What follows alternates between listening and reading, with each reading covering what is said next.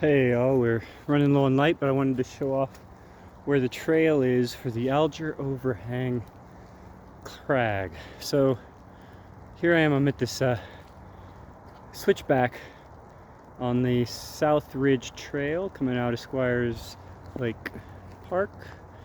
If you go up this way, there's another switchback. You go up there to what they call the crest in the description on Mountain Project.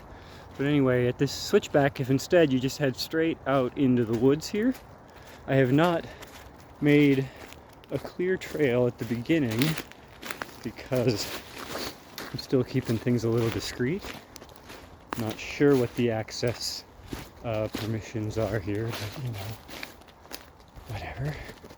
But if you come just about, I don't know, 30 yards, 50 yards, I don't know, 50 feet. I'm not good at distances. Boom! This is where my trail is gonna start. I've only done, I don't know, 30 feet of trail out of the 500, 600 I need to do. So it's gonna be a little bit of a project, but I have marked out and kind of started to clear a large portion of the trail. So if we follow here, you can kind of see where I've marked it. We've got there. In different places I've done more or less to kind of scuff up the ground just to see what was underneath and if it was going to be a good place to run the trail. Some places you just gotta make do. But here we are. Notice we're just kind of keeping to more or less flat ground. If you fall off to the right, if you started too far right, then you'll end up going down a little bit of a ravine. But if you continue kind of close to the embankment on your left, just follow the trail. It's nice and easy here in the winter, but I imagine that if this isn't maintained too well, then things are going to get a little scraggly come, August. And here I haven't fully decided where the trail is going to head. Oops, excuse me. But it comes through here. I have at least marked it should go this way. And then down through here, and you can see I've done less and less work down here. I was a little less confident of where I should send the trail because it stops getting flat and turns into a little bit of just a hillside here, which in my description says you should look forward and try to find a boulder. And if you look through the trees, center screen, there's a large mossy wall. That is the boulder. We're going to continue following the pink markers on the trees, kind of along this hillside, doing the best we can.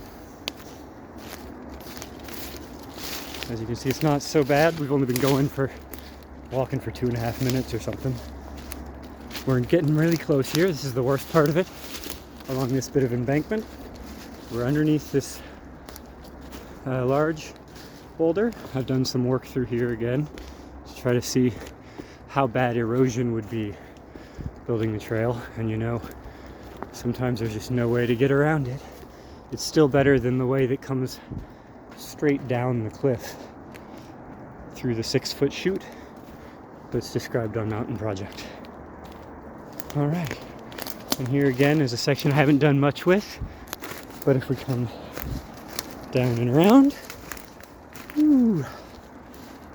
then here is the second kind of set of boulders, and the second photograph is of this log here that I put up on Mountain Project. And when you get to this last boulder, then you can almost kind of see that there's a path that goes up, and it's just 15 feet up there is the 6-foot chute that's described for coming down from the crest to get here. If you go this way, follow the markers, it comes down through here, and here there's still a good amount of work to be done. It's not too bad right now, but there's a lot of underbrush that's going to grow pretty thick if it's not maintained. There's a downed tree that I've started cutting up to get out of the way.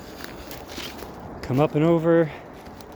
I've cleared the belay station for blood orange. The leftmost line of bolts. Center screen is the first, second, third is on the dark bit of rock, fourth and fifth are cutting across the rock, sixth is almost to the top, and the chains are kind of up there against the tree. And then if you come down this way, you can see I have not done anything to clear out the nightmare Middle Earth of thorns, where the second and third bolt lines are clearly visible. There's a pair of chains underneath this tree, and then a further pair of chains that's in that overhang there. There are at least two routes. And then if you go past this, there's a big cave area. I'm not sure if that rock is good for developing or not. I haven't been over there because, again, lots of thorns to clear. All right, that's the tour.